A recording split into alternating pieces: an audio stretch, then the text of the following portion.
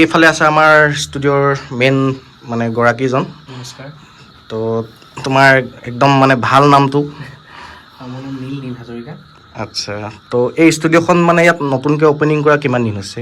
ষ্টুডিঅ'টো actually প্ৰথম আছিলে মিলননগৰ, ডিব্ৰুগড় মিলননগৰত আছিলে। এতিয়া মই ইয়ালৈ অনা প্ৰায় এবছৰ হৈছে। ঐ বিহুতি নামেৰে ঐ তিনিতীয়া শৰে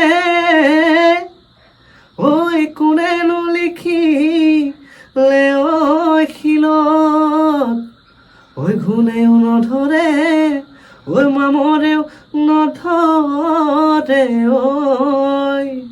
ঐ জিলিকে বসন্তৰ কালত।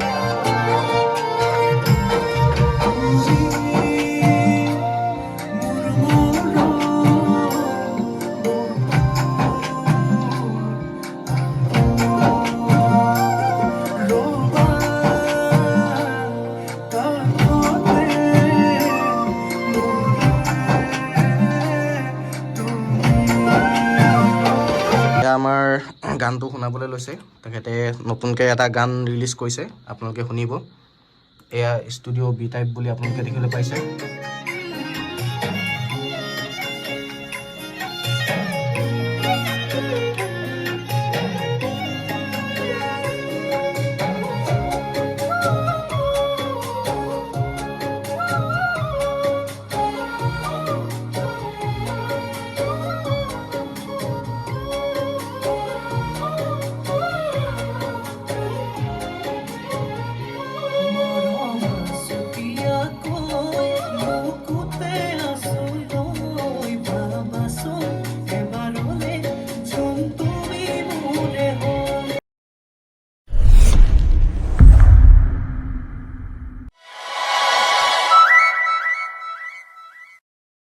স্বাগতম জনাইছোঁ মই আন এটা ভিডিঅ'লৈ। আৰু আজি চাব পাৰিছে এখন খুব ধুনীয়া ষ্টুডিঅ'লৈ আহিছোঁ। তো এয়া আপোনালোকে চাব পাৰিছে কিমান ধুনীয়া এখন ষ্টুডিঅ'। আৰু এয়া চাওক কি ধুনীয়াকৈ নতুন ষ্টুডিঅ'টো সজাইছে। আৰু এইফালে চাওক, এয়া পূৰা ছেটআপ দেখিবলৈ পাইছে আপোনালোকে, কিমান ধুনীয়াকৈ ছেটআপ বহাইছে। আৰু এইবোৰ চাওক কি ধুনীয়াকৈ মানে একদম কি পৰিপাটিকৈ ষ্টুডিঅ'টো মানে ছেটআপ কৰিছে। ইফালে আপোনালোকে চাওক, মানে এইটো হৈছে ৰেকৰ্ডিং ৰুম। এয়া আপোনালোকে চাওক, ইয়াত বহি কেনে মানে আপোনালোকে গান চান লিখি মেলি মানে ইয়াত গায়। তো এয়া চাব পাৰিছে কি ধুনীয়া, আৰু এইবোৰ ইমান ধুনীয়াকৈ সজাই তুলিছে। আৰু এয়া চাওক, আই সৰস্বতীৰ মাৰ ফটো লগাই থৈছে।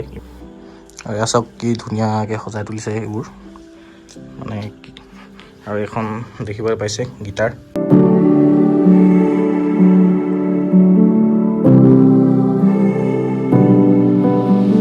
এইফালে আছে আমাৰ ষ্টুডিঅ'ৰ মেইন মানে গৰাকীজন। নমস্কাৰ।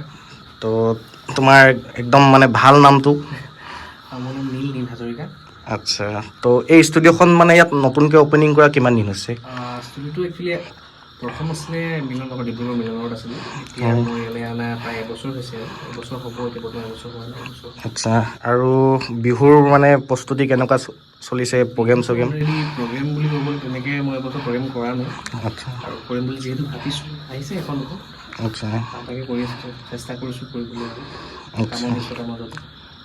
পোনপ্ৰথম মোৰ ইউটিউব চেনেলটোলৈ স্বাগতম জনাইছোঁ। তো বিহুৰ শুভেচ্ছা থাকিলে। আৰু ৰাইজক কিবা ক'বা নেকি বিহু? পোনপ্ৰথমে সমূহ ৰাইজক ইয়াৰ চেনেলটোৰ জৰিয়তে মই বহাগ বিহুৰ ওলকাৰ শুভেচ্ছা আছিলোঁ।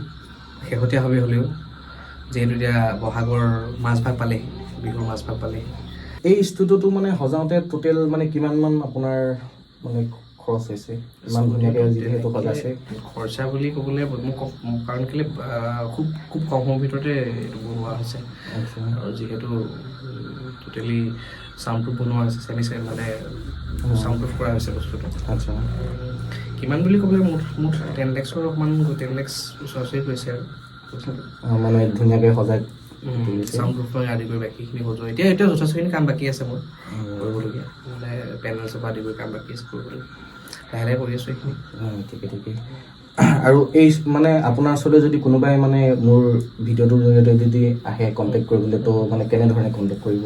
মানে জেগাটোৰ নাম মানে ক'ত আছে? জেগাটোৰ নাম হ'ল ডিব্ৰুগড় কুমাৰনিচিগা ফালে সোমাই আহিব লাগিব।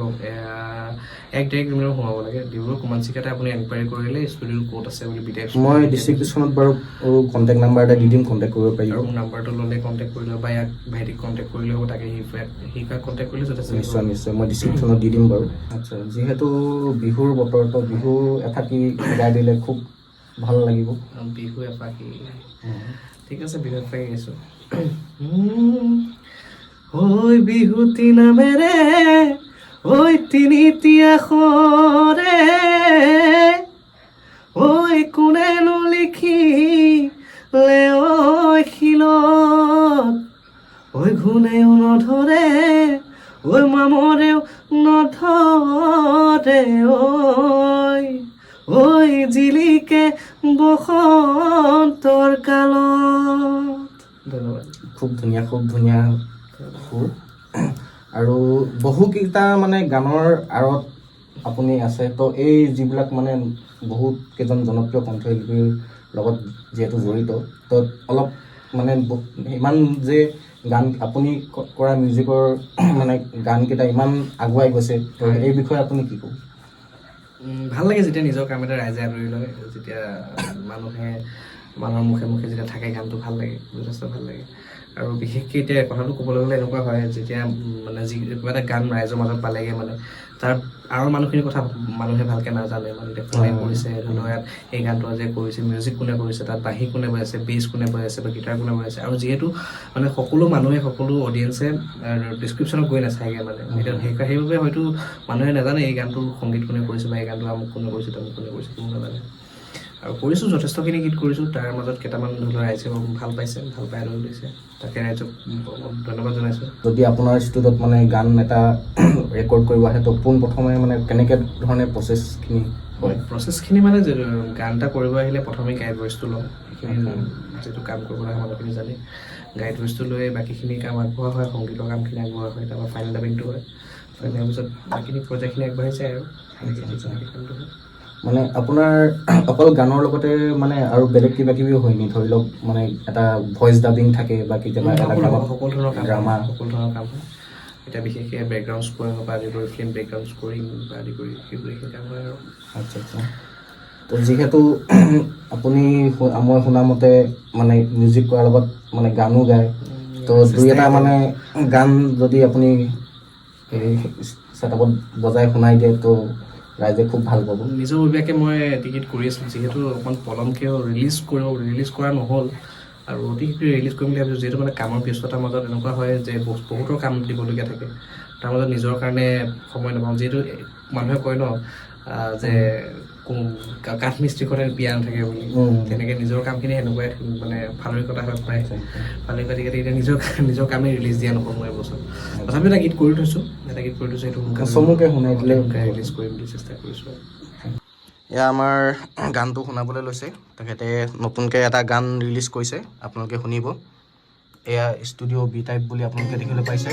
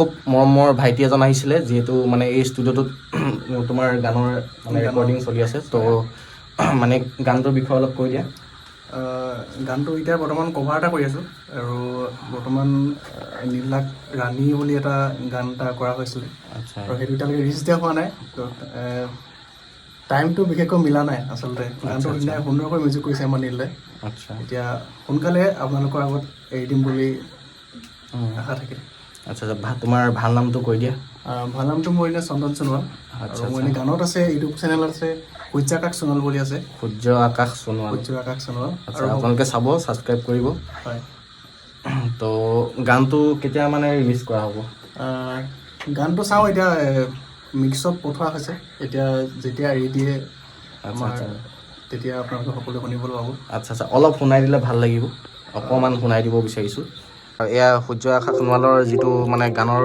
কাম চলি আছে অকণমান আপোনালোকক শুনাই দিব বিচাৰিছোঁ কেনেকুৱা হয় আপোনালোকে মৰম দিব আৰু গানটো আদৰি ল'ব বুলি আমি বহুত আশা কৰিছোঁ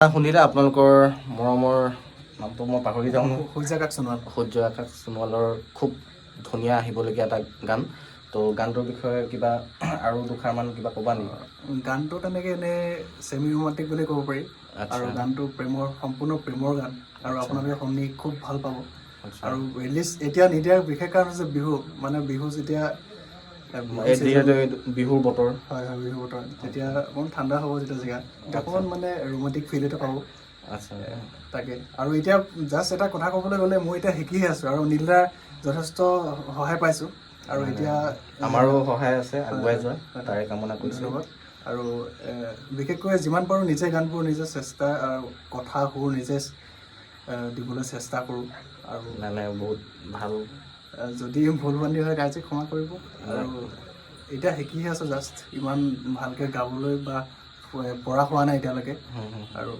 তাকে আপোনালোকে শুনিব বুলি আশা কৰিলোঁ ঠিক আছে ধন্যবাদ তো এয়া আছিল এখন খুব ধুনীয়া ষ্টুডিঅ'টোৰ নাম হৈছে ষ্টুডিঅ' বি টাইপ তো আপোনালোকে আহিব মই ডিছক্ৰিপশ্যনত সকলোবিলাক ইনফৰ্মেশ্যন দি দিম ক'ত আছে কি আছে আৰু কণ্টেক্ট নাম্বাৰটো দি দিম আপোনালোকে কণ্টেক্ট কৰিব পাৰিব যদি কিবা গানৰ ৰেকৰ্ডিং বা কিবা থাকে আজিৰ ভিডিঅ'টো ইমানেই আছিলে যদি আপোনালোকে মোৰ ভিডিঅ'টো চাই ভাল পালে তেন্তে লাইক কমেণ্ট শ্বেয়াৰ আৰু ছাবস্ক্ৰাইব কৰিবলৈ একেবাৰে নাপাহৰিব তো আজিলৈ ভিডিঅ'টো ইমানতে সামৰণি মাৰি দিছোঁ